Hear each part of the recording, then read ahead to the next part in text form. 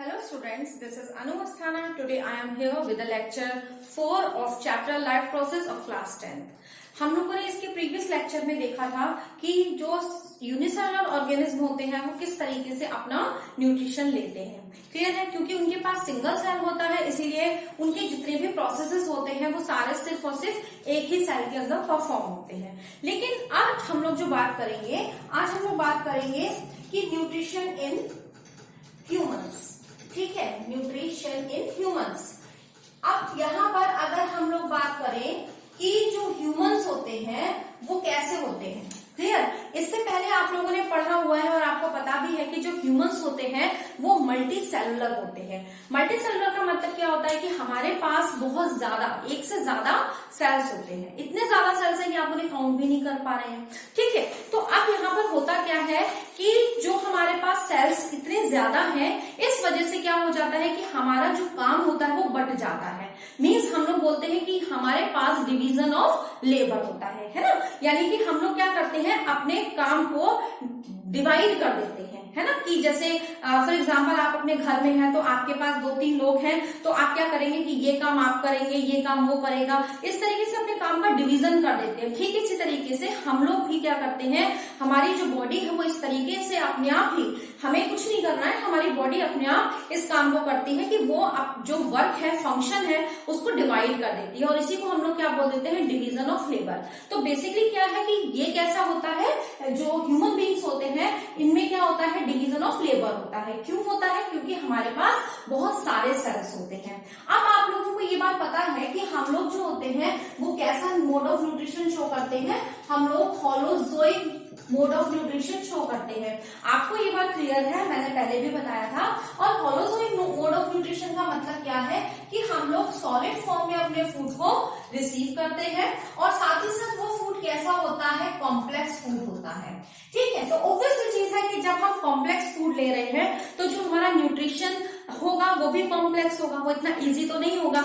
इसका मतलब क्या हुआ कि हमारे पास क्या होगा, जो हमारा पूरा न्यूट्रिशन है वो अमीबा की तरह से सिंपल नहीं है। ठीक, काफी कॉम्प्लेक्स हो जाता है। और यहाँ पर अब एक बात हमें और समझनी है कि हमारे पास जो सेल्स होते हैं, आपने ये प्रीवियस क्लासेस में पढ़ा हुआ है, 9th क्लास में आप लोगों ने देखा है कि हमारे पास क्या होता है, जो सेल्स होते हैं उनसे क्या बनता है, यानी कि अगर मैं बोलूं कि ग्रुप ऑफ सेल्स से क्या बनता है, हमारे पास टिश्यूज बनते हैं, है ना?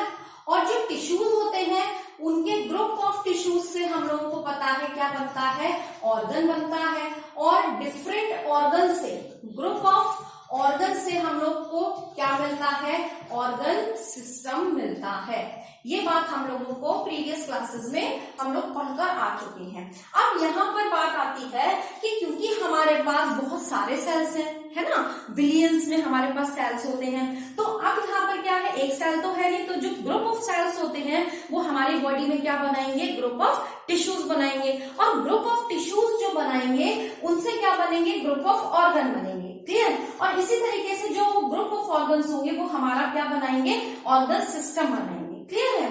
तो अब मैं आपको जो बताना चाहती हूँ कि ह्यूमन बींग्स के अंदर जो न्यूट्रिशन, जो कॉम्प्लेक्स न्यूट्रिशन हो रहा है उसमें कौन सा ऑर्गन सिस्टम होता है, that is called digestive organ system. इसे हम लोग बोलते हैं digestive, this is known as digestive organ system. और अब आपको ये बात तो क्लियर होगी कि ये जो सिस्टम है ये सिंपल एक ऑर्गन से तो नहीं बना हुआ है, इसके अंदर बहुत सारे ऑर्गन्स होंगे, है ना? तो उन ऑर्गन्स को जो डाइजेस्टिव सिस्टम में पार्टिसिपेट कर रहे हैं उन्हीं को हम लोग क्या बोल देते हैं, हम लोग बोलते हैं डाइजेस्टिव ऑर्गन्स। उनको हम लोग क्या बोलते हैं, digestive organs. Is it clear to all of you? यहां तक सबको बात समझ में आ गई? मीन्स हम क्या कहना चाहते हैं कि जो ह्यूमन बींग्स हैं उनके पास क्या होता है, उनके पास डाइजेस्टिव ऑर्गन सिस्टम होता है जो न्यूट्रिशन में हेल्प करता है और साथ ही साथ ये जो होता है कॉम्बिनेशन होता है डिफरेंट डाइजेस्टिव ऑर्गन्स का, और उसके थ्रू हमारा पूरा का पूरा जो न्यूट्रिशन होता है और साथ ही साथ और जो स्टेप्स होते हैं, कंप्लीट जो न्यूट्रिशन के स्टेप्स है वो कंप्लीट होते हैं इस डाइजेस्टिव सिस्टम के थ्रू। क्लियर है? ये हमने यहाँ पर क्या बना रखा है, देखिए आपको हमारा ह्यूमन बॉडी का पूरा डाइजेस्टिव सिस्टम दिखाई दे रहा है। अब देखिए हम लोग अपनी कन्वीनियंस के लिए मैं इसको रख करती हूँ अब हम इसी को थोड़ा सा कंटिन्यू आगे की तरफ करते हैं और हम क्या देखते हैं कि हमारे पास अगर हम इसको ध्यान से देखें या अपनी कन्वीनियंस के लिए हम क्या करते हैं, we divide this digestive system into two parts. Clear? हम लोग क्या करते हैं, जो हमारा डाइजेस्टिव सिस्टम है that is divided into two part. ये हमें क्या हुआ है, डाइजेस्टिव सिस्टम। ठीक है, ये आपकी इच्छा है हमें पढ़ने के लिए, क्योंकि हमारी स्टडी कन्वीनियंट हो जाए, इसलिए हमने इसको डिवाइड किया। पहला हो गया हमारे पास मेन डाइजेस्टिव ऑर्गन्स। क्लियर है? इसके अंदर वो डाइजेस्टिव ऑर्गन्स आते हैं जिनका मेन रोल होता है। बात सबको समझ में आ गई? क्लियर? और यहां पर क्या आते हैं, हमारे पास आते हैं सपोर्टिंग डाइजेस्टिव ऑर्गन्स, यानी कि वो ऑर्गन्स जो क्या करते हैं, इन डाइजेस्टिव ऑर्गन्स को सपोर्ट करते हैं, जिससे प्रॉपरली हमारा क्या हो सके, हमारा न्यूट्रिशन हो सके। क्लियर होता है? यहां तक सबको समझ में आ गया? क्लियर? अब हमें यहाँ पर क्या चीज देखनी है कि हमारे पास मेन डाइजेस्टिव ऑर्गन्स कौन कौन से होते हैं। तो देखिए, अगर हम इस डायग्राम में देखें तो हमारे पास जो माउथ है ये क्या है, हमारा मेन डाइजेस्टिव ऑर्गन होता है। क्लियर? मेन माउथ के बाद हमारे पास होता है मेन ओएसोफेगस, जिसे हम लोग किसको क्या बोलते हैं, इसको हम लोग फूड पाइप भी बोलते हैं। उसके बाद फिर हमारा थर्ड होता है that is known as stomach. Clear? Stomach के बाद हमारे पास जो नेक्स्ट आता है that is small intestine and last one is large intestine. Is it clear to all of you? These are the 5 main digestive organs. Main digestive organs में हमने किसको इंक्लूड किया, that is first one is mouth, second one is esophagus, then stomach, small intestine and large intestine. Is it clear to all of you? यहाँ तक आपको समझ में आ गया? अब देखिए बाकी के जितने आपको दिखाई दे रहे हैं, मीन्स क्या हुआ, आप यहाँ पर देख सकते हैं कि ये जो माउथ है, इस माउथ के अंदर हमें भी पता है कि हमारा जो माउथ है उसके अंदर टीथ भी होते हैं, साथ ही साथ क्या होता है, टंग होती है। ठीक है, तो अगर हम इसको यहाँ पर बोले कि हम यहाँ पर, मैं इसको लिख देती हूँ कि यहाँ पर हमारे पास टीथ होते हैं, क्लियर, और यहाँ पर हमारे पास क्या होता है, टंग होती है। क्लियर? अब ये हमारे क्या होते हैं, सपोर्टिव, यानी कि जो हमें सपोर्ट करते हैं। तो ये सपोर्टिंग डाइजेस्टिव ऑर्गन्स होते हैं, मीन्स टीथ हो गया, टंग हो गया। ठीक है, साथ ही साथ ये सलाइवरी ग्लैंड्स होती हैं, ये भी हमको क्या करती है, हेल्प करती हैं। इसके अलावा जो लिवर होता है, it's also plays a very important role in the form as a form of supporting digestive organ. In the same manner, gallbladder, pancreas, then this rectum and anus. These are the supportive organs which helps in the nutrition. अब हम इन लोगों को एक एक चीज को, एक एक पार्ट को हम लोग वन बाय वन देखेंगे कि किस तरीके से हमारा पूरा डाइजेस्टिव सिस्टम वर्क करता है। इट्स वेरी इंटरेस्टिंग और ये आपकी बॉडी का ही पार्ट है, ये कंटिन्यूअसली आपकी बॉडी में चल रहा है, तो इसको थोड़ा सा समझने की कोशिश करें जिससे आपके लिए इजियर हो जाए। तो देखिए, सबसे पहले क्या किया, हमने अपना फूड लिया और वो जो फूड था वो कहां पर गया, माउथ में गया। क्लियर होता है?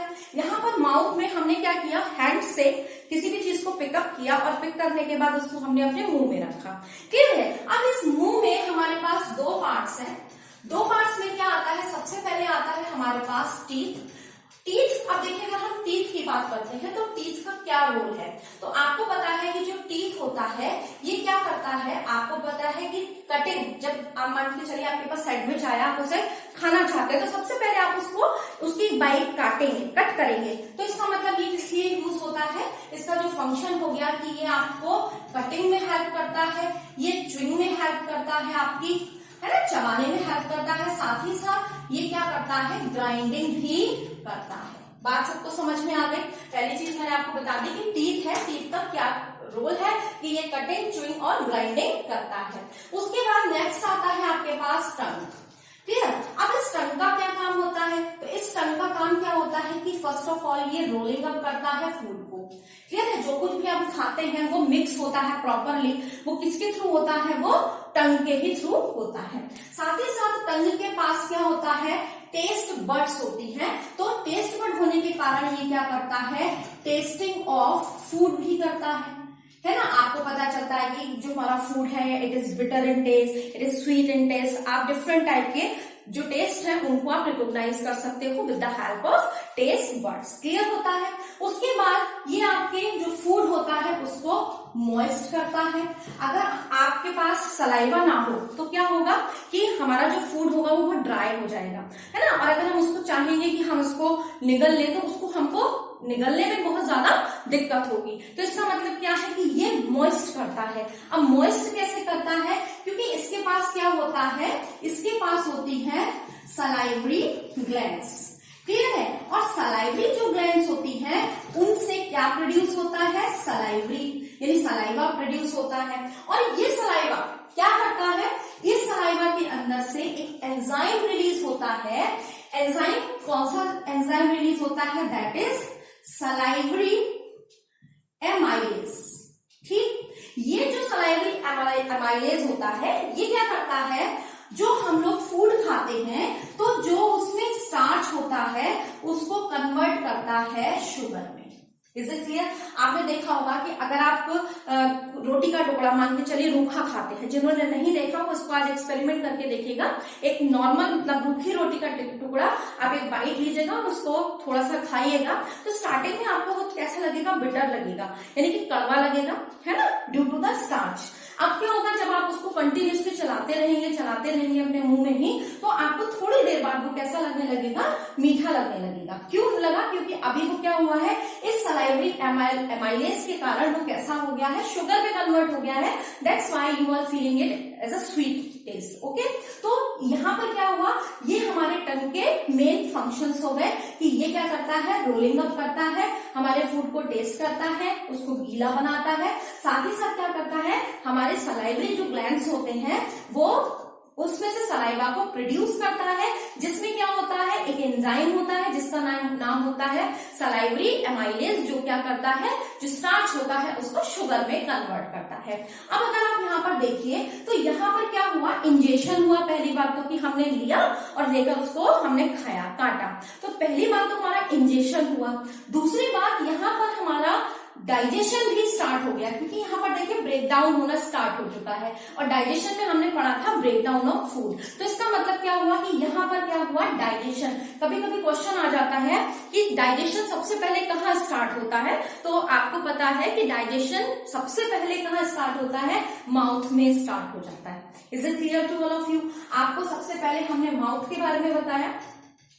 अब देखिए यहाँ पर एक बहुत इंटरेस्टिंग चीज है कि जो हम जिसको मैं रब कर रही हूं कि हमारे पास बेसिकली यहाँ पर एक टर्म आपको सुनने को मिलता है, that is alimentary canal. That is alimentary canal. Basically ये है क्या, एलिमेंट्री कैनाल जिसको हम लोग गट भी बोलते हैं।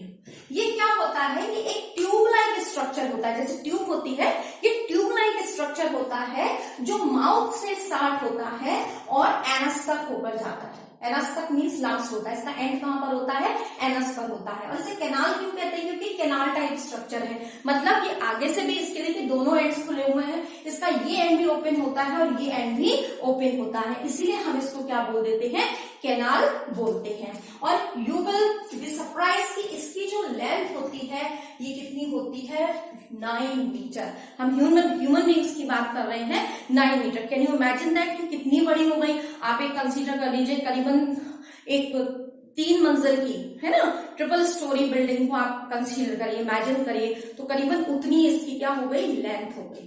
क्लियर है। तो इस एलिमेंट्री कैनाल या गट में ही हमको ये सारे ऑर्गन्स बीच में पड़ते हैं। क्लियर हो गया, हम बोल सकते हैं इसके पार्ट है। यहां तक क्लियर हुआ। तो आपको मैंने सबसे पहले क्या बता दिया, माउथ को बताया। अब क्या हुआ, जो फूड था वो माउथ से होकर कहां पे जाता है, वो जाता है ईसोफेगस में। क्लियर, ये जाता है ईसोफेगस में। अब देखिए ईसोफेगस में डाइजेशन नहीं होता, इस बात को ध्यान में रखिएगा। जो ईसोफेगस है बेसिकली ये क्या है, एक पाथ है हमारे लिए, सिर्फ रास्ता है कि जिस रास्ते पे से होके जो खाना होगा वो गुजरेगा। ठीक है, अब यहाँ पर होगा क्या कि ये जो ईसोफेगस में होकर जो हमारा फूड माउथ से ईसोफेगस में आया है वो क्या होगा, पेरिस्टैल्टिक मूवमेंट के थ्रू वो क्या करता है, आगे की तरफ बढ़ता है, यहाँ पर वो फूड बढ़ता है। अब देखिए क्या होता है, पेरिस्टैल्टिक मूवमेंट क्या होता है, contraction and relaxation, contraction relaxation. तो इस तरीके से जब क्या होता है, फोर्सफुली फूड को जब कॉन्ट्रैक्शन रिलैक्सेशन होता है तो उस वजह से क्या होता है, जो फूड होता है वो नीचे की तरफ हमारे बहुत आसानी से इस ओएसोफेगस इस पार्ट से होकर कहां पर आ जाता है, स्टमक में आ जाता है। क्लियर होता है। अच्छा, एक चीज आपको क्या ध्यान में रखनी है कि यहाँ पर हमारा जो हमारा ईसोफेगस है इसको हम लोग फूड पाइप भी बोलते हैं। और आपको पता है कि हमारा जो विंड पाइप होता है और जो फूड पाइप होता है ये बहुत पतले पतले ट्यूब लाइक स्ट्रक्चर होते हैं, बहुत थिन होती हैं, तो ये बहुत पास पास होते हैं, बहुत क्लोज होते हैं। और इनको सेपरेट करने के लिए इनकी ओपनिंग एक ही होती है और दूसरी बात इनको सेपरेट करने के लिए एक ऑर्गन होता है जिसे हम लोग बोलते हैं एपिग्लॉटिस। तो ये एपिग्लॉटिस क्या करता है, ऑटोमेटिक एक डोर की तरह से वर्क करता है कि जब हम कुछ भी फूड खाते हैं तो वो कहां पर चला जाता है, वो अपने आप ही फूड पाइप में चला जाता है, विंड पाइप में नहीं जाता।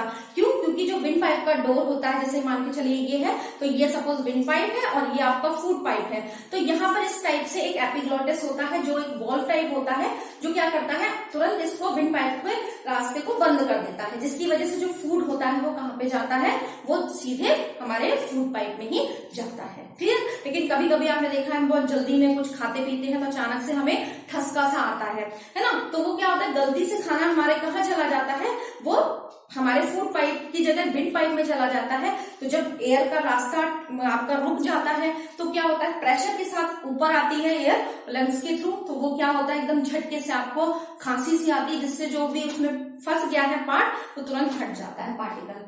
क्लियर होता है। तो इस तरीके से हम क्या करते हैं, हमने ईसोफेगस को देखा कि किस तरीके से फूड हमारा ईसोफेगस तक पहुंच गया। क्लियर होता है। उसके बाद ईसोफेगस से ये कहां पे पहुंचता है, ये पहुंचता है स्टमक में। एक चीज और मैं आपको बताऊं कि जो ईसोफेगस है इसकी जो लेंथ होती है करीबन 25 सेंटीमीटर होती है। Is it clear? मैं यहाँ पर और क्लियर कर देती हूँ। यहाँ पर हम लोगों ने पढ़ लिया था टीथ और यहाँ पर हमने पढ़ा था टंग। क्लियर है? ये तीन चीज हम लोग पढ़ चुके हैं। अब हमारा खाना कहाँ पे पहुंचा, अब हमारा फूड पहुंच गया स्टमक में, है ना। स्टमक में अब हमारा फूड पहुंच चुका है। अब देखिए स्टमक होता क्या है, बेसिकली आप देखिए ये स्टमक हमारा क्या है, जे टाइप। देखिए जे टाइप का आपको लग रहा है ना, जे स्ट्रक्चर, जैसे कुछ इस टाइप का स्ट्रक्चर आपको दिख रहा है इस टाइप से, तो ये जे टाइप स्ट्रक्चर होता है। ठीक है, और साथ ही साथ ये क्या होता है, बेसिकली यहाँ पर 3 गैस्ट्रिक जूसेस रिलीज होते हैं। तो हम ये बोलते हैं कि ये जो स्टमक होता है ये क्या करता है, ये गैस्ट्रिक जो जूसेस होते हैं उनको रिलीज करता है। क्लियर? अब ये गैस्ट्रिक जूसेस कौन कौन से होते हैं हमारे पास, सबसे पहला होता है HCl, that is known as hydrochloric acid. Second one is known as pepsin, that is known as pepsin, and third one is mucus. Clear? देखिए बहुत ही शानदार हम लोग बोल सकते हैं, एक मतलब वंडरफुल मशीन है हमारी बॉडी। सब काम ऑटोमेटिकली हो रहे हैं, हम लोगों को पता भी नहीं चलता कि हमारी बॉडी इतने अच्छे तरीके से वर्क कर रही है। ठीक, तो अभी देखिए क्या होगा। सबसे पहले ये HCl आपको भी पता है ये क्या है, that is a acid and it is very corrosive in nature. मतलब ये क्या करता है, डिस्ट्रॉय करता है हर एक चीज को। Everybody knows this. तो इस HCl का काम क्या होता है, सबसे पहला काम क्या होता है कि ये क्या करता है, एसिडिक मीडियम बनाता है। यानी कि ये क्या करता है, हमारे जो फूड होता है उसको ये किसमें कन्वर्ट करता है, उसको एसिडिक मीडियम में कन्वर्ट करता है। मतलब मीडियम हमारा एसिडिक कर देता है। साथ ही साथ ये हमारे फूड के साथ आए हुए जो बैक्टीरिया होते हैं उनको भी ये क्या कर देता है, मार देता है। Clear? HCl makes the medium acidic and kill the bacterias. Clear? जो हमारे फूड के अंदर आ गए तो वो हमारे बैक्टीरियाज को हाल के हाल खत्म कर देगा। अब क्या होगा कि जैसे ही हमारा मीडियम एसिडिक हो जाएगा तुरंत ये जो पेप्सिन होगा ये क्या करेगा, अपना फंक्शन शुरू कर देगा। और इसका फंक्शन क्या होगा कि ये क्या करेगा, ब्रेक डाउन करेगा। ये क्या करेगा, ये ब्रेक डाउन करेगा। किसका ब्रेक डाउन करेगा, ऑफ प्रोटीन। है ना, जो हम लोगों ने अपने फूड में प्रोटीन खाया है ये उसको ब्रेक डाउन कर देगा, तोड़ देगा। ठीक, अब आया म्यूकस। म्यूकस का क्या वर्क होता है? म्यूकस का वर्क होता है कि ये प्रोटेक्शन प्रोवाइड करता है, हमारी जो स्टमक की इनर वॉल्स होती हैं उनको ये प्रोटेक्ट करता है। किससे प्रोटेक्ट करता है? हाइड्रोक्लोरिक एसिड से। हाइड्रोक्लोरिक एसिड आपको पता है ये डिस्ट्रॉय करेगा, तो क्या होता है म्यूकस उसके लिए एक प्रोटेक्टिव लेयर की तरह से वर्क करता है, जिससे कि जो उसकी इनर वॉल है वो डैमेज नहीं हो, है ना। तो ये हमारा जो म्यूकस होता है ये क्या करता है? प्रोटेक्शन प्रोवाइड करता है। प्रोटेक्शन किससे प्रोवाइड करता है? हमारा प्रोटेक्शन फ्रॉम HCl से प्रोटेक्शन प्रोवाइड करवाता है। तो ये काम हमारा किसका होता है? स्टमक का होता है। यहाँ तक हमने स्टमक तक हमारा खाना पहुंच चुका है, क्लियर होता है। अब देखिए यहाँ पर क्या होगा, यहाँ पर जो फूड होता है हमारा सेमी सॉलिड फॉर्म में आ जाता है ना। अब हमारा नेक्स्ट प्रोसीजर क्या होता है कि खाना जो स्टमक से होता हुआ कहां पर आता है? स्मॉल इंटेस्टाइन में आता है, क्लियर। अब हम इसके आगे बढ़ते हैं, मैं इसको रब करती हूँ। अब हमारा जो फूड है वो कहां पे आ जाता है? स्टमक से होता हुआ पहुंचता है स्मॉल इंटेस्टाइन में। स्मॉल इंटेस्टाइन जिसको हम लोग छोटी आंत भी बोलते हैं। अब देखिए नाम इसका छोटा है लेकिन ये है बहुत बड़ी। आप इसकी लेंथ आप इमेजिन करिए करीबन 20 फीट, है ना, एक डबल स्टोरी बिल्डिंग इमेजिन कर लीजिए। और आप बोल सकते हो 6 फीट, 6 मीटर होती है इसकी करीबन लेंथ, है ना।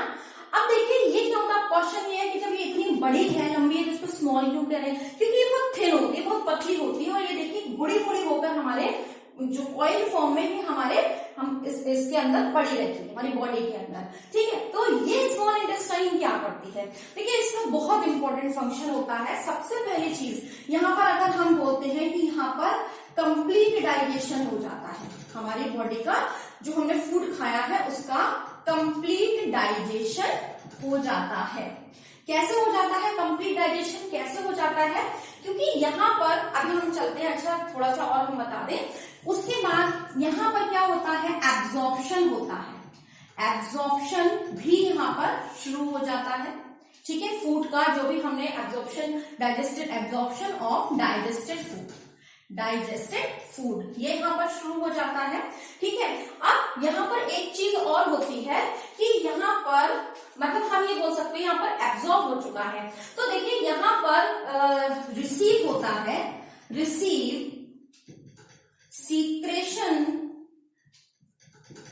Secretion from liver and gall bladder, not gall bladder, liver and pancreas,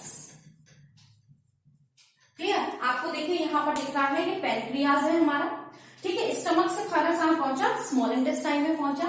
small intestine में बेसिकली क्या हुआ, यहाँ पर हमारा हम बोलते हैं कि हमारा डाइजेशन कंप्लीट हो जाता है। कंप्लीट क्यों हो जाता है? अब देखिए कि यहाँ पर जो लिवर और पैनक्रियास है, ये liver and this is pancreas, यहां से ये क्या करता है? एंजाइम्स को सीक्रेट करता है। अब देखिए जो लिवर होता है ये किसे सीक्रेट करता है? ये सीक्रेट करता है बाइल जूस को, क्लियर है। ये बाइल जूस कहाँ पे स्टोर होता है? ये होता है यहाँ पर देखिए गॉल ब्लैडर, ये आपको एक बलून टाइप का स्ट्रक्चर दिख रहा है, दिस इज गॉल ब्लैडर, ठीक है। तो ये कहाँ पर स्टोर हो जाता है? ये स्टोर हो जाता है हमारे गॉल ब्लैडर में जाके, है ना। और ये बाइल जूस जो होता है ये क्या करता है? ये डाइजेस्ट करता है फैट को, इसका काम होता है ये फैट को डाइजेस्ट करता है, क्लियर है। अब देखिए ये तो हो गया लिवर का काम, साथ ही साथ पैनक्रियास क्या कर रहा है? पैनक्रियास जो होता है वो 3 हमारे को एंजाइम सीक्रेट करके देता है। वो 3 एंजाइम हमारे पास कौन कौन से होते हैं? पहला होता है ट्रिप्सिन, पहला एंजाइम होता है this is trypsin, second one is lipase and third one is amylase, clear है। अब देखिए ट्रिप्सिन का काम क्या होता है कि ये जो प्रोटीन होता है उसको ब्रेक डाउन कर देता है, तोड़ देता है कंप्लीटली, उसको डाइजेस्ट कर देता है और किस में कन्वर्ट कर देता है? ये इसको कर देता है अमीनो एसिड में, ये इसको कन्वर्ट करता है अमीनो एसिड में। इसके बाद जो लाइपेज होता है ये क्या करता है? ये मैं इसको यही लिख देती हूँ कि ये जो फैट होता है उसको किस में कन्वर्ट करता है? फैटी एसिड में कन्वर्ट कर देता है। इसी तरीके से जो अमाइलेज होता है वो किस में कन्वर्ट करता है, वो कार्बोहाइड्रेट्स को किस में कन्वर्ट कर देता है, वो करता है ग्लूकोज में। क्लियर होता है? यहां तक सबको समझ में आ गया? मतलब क्या हुआ कि हमारा देखिए काफी हद तक तो हमारा स्टमक में डाइजेशन हुआ था, लेकिन जो रह जाता है वो कंप्लीटली कहां पर हो जाता है, स्मॉल इंटेस्टाइन में। क्यों होता है? क्योंकि यहाँ पर क्या होता है कि जो लिवर होता है वो बाइल जूस सीक्रेट करता है, जो कि इस गॉल ब्लैडर में जाके कलेक्ट हो जाता है। इसका काम होता है कि ये फैट को क्या करता है, ब्रेक डाउन करता है। उसके बाद यहाँ पर जो ये पैंक्रियाज लीफ लाइक आपको स्ट्रक्चर दिखाई दे रहा है, दिस इज पैंक्रियाज। तो इस पैंक्रियाज का फंक्शन क्या होता है कि ये हमको एंजाइम्स सीक्रेट करता है, और ये एंजाइम जो सीक्रेशन होता है ये कौन कौन से होते हैं, ट्रिप्सिन होता है, लाइपेज होता है और एमाइलेज होता है। ठीक है, जिससे हमारा जो कार्बोहाइड्रेट होता है वो हमारा किस में कन्वर्ट हो जाता है, ग्लूकोज में कन्वर्ट हो जाता है। ये मैं ऑलरेडी लिख चुकी हूँ। तो बेसिकली हमारे पास जितने भी देखिए न्यूट्रिएंट्स है ये क्या हो चुके हैं, अभी सिंपल फॉर्म में आ चुके हैं, है ना। तो यहाँ पर हम इसीलिए बोलते हैं कि यहाँ पे क्या होता है, कंप्लीट डाइजेशन हो जाता है। साथ ही साथ यहाँ पर अभी एब्जॉर्प्शन होता है। तो एब्जॉर्प्शन कैसे होता है कि ये जो इंटेस्टाइन होता है, ये स्मॉल इंटेस्टाइन जो होता है, इसकी वॉल्स पर एक फिंगर लाइक प्रोजेक्शंस आपको दिखाई देते हैं। इन फिंगर लाइक प्रोजेक्शंस को हम लोग क्या बोलते हैं, विलीज बोलते हैं। बात समझ में आ गई? तो ये जो विली होते हैं ये क्या करते हैं, एब्जॉर्ब कर लेते हैं उस डाइजेस्टेड फूड को और ब्लड में मिक्स कर देते हैं। क्लियर होता है? तो इसीलिए हमने यहाँ पर क्या बोला कि यहाँ पर आपका एब्जॉर्प्शन भी हो जाता है, जो किसमें होता है, ब्लड में। आपको हमने पढ़ाया था कि एब्जॉर्प्शन का मतलब क्या है, ब्लड में मिक्स हो जाना। ठीक है, तो यहाँ तक हमने ये 3 पॉइंट्स को क्लियर किया। अब क्या होता है, हमारे पास ये हमारा हो गया स्मॉल इंटेस्टाइन तक। उसके बाद अब हमारा जो फूड होता है वो कहाँ पे पहुंचता है, वो पहुंचता है लार्ज इंटेस्टाइन में। क्लियर है? लार्ज इंटेस्टाइन में जब हमारा फूड पहुंचता है तो इसका काम क्या होता है कि जो भी हमारा वेस्ट है ना, वेस्ट इन द सेंस जैसे एक्सेस वाटर है, वो हमारा कहाँ पे आ जाएगा, वो हमारा इस लार्ज इंटेस्टाइन में एब्जॉर्ब हो जाता है। तो क्या होता है, ये क्या करता है, एब्जॉर्ब करता है, एब्जॉर्ब कर लेता है किसको, absorb excess amount of water, excess amount of water. तो जो आपकी बॉडी में से यूरिन के फॉर्म में रिलीज हो जाता है। साथ ही साथ क्या करता है, ये जो भी अनडाइजेस्टेड फूड होता है ना, अनडाइजेस्टेड फूड होता है, वो यहाँ पर क्या होता है, कलेक्टेड हो जाता है, और कलेक्ट होकर वो क्या हो जाता है, इस लार्ज इंटेस्टाइन से होता हुआ कहाँ पे आता है, रेक्टम में। ये जो अनडाइजेस्टेड फूड होता है ये रेक्टम में आता है, और रेक्टम से एनस के थ्रू बाहर निकल जाता है। इस तरीके से हमारा कंप्लीट डाइजेशन हो जाता है। बात समझ में आ गई? लेकिन आपको ध्यान में क्या रखना है, these are this rectum and anus, ये क्या है, these are not a part of your digestive organs. ये बेसिकली क्या है, जो मेन डाइजेस्टिव ऑर्गन्स है वो आपके क्या है, वो आपके सिंपली ये मैंने आपको जो 5 बताए थे, that is mouth, oesophagus, stomach, small intestine and large intestine. और बाकी जितने भी हैं दीज आर योर सपोर्टिंग, मैंने आपको बताया था ना, सपोर्टिंग डाइजेस्टिव ऑर्गन्स, यानी कि वो क्या है, वो आपके बॉडी में से रिमूव कर रहे हैं, है ना, हेल्प कर रहे हैं, बेसिकली हेल्प कर रहे हैं। तो ये आपको ध्यान में रखना है, और इस तरीके से हमारा टॉपिक खत्म होता है। आई होप आप लोगों को समझ में आया होगा। जो भी आपके डाउट्स हैं प्लीज कमेंट बॉक्स में अपने डाउट्स को क्लियर लिखिए, जिससे मुझे भी पता चले कि मेरी मेहनत कितनी आप लोगों तक पहुंच पा रही है। और आप लोग मेरे वीडियोस को, अगर प्रीवियस लेक्चर्स को आप देखना चाहते हैं तो आप डिस्क्रिप्शन बॉक्स में देख सकते हैं। तो आप प्लीज मुझे सपोर्ट करिए। Thanks a lot.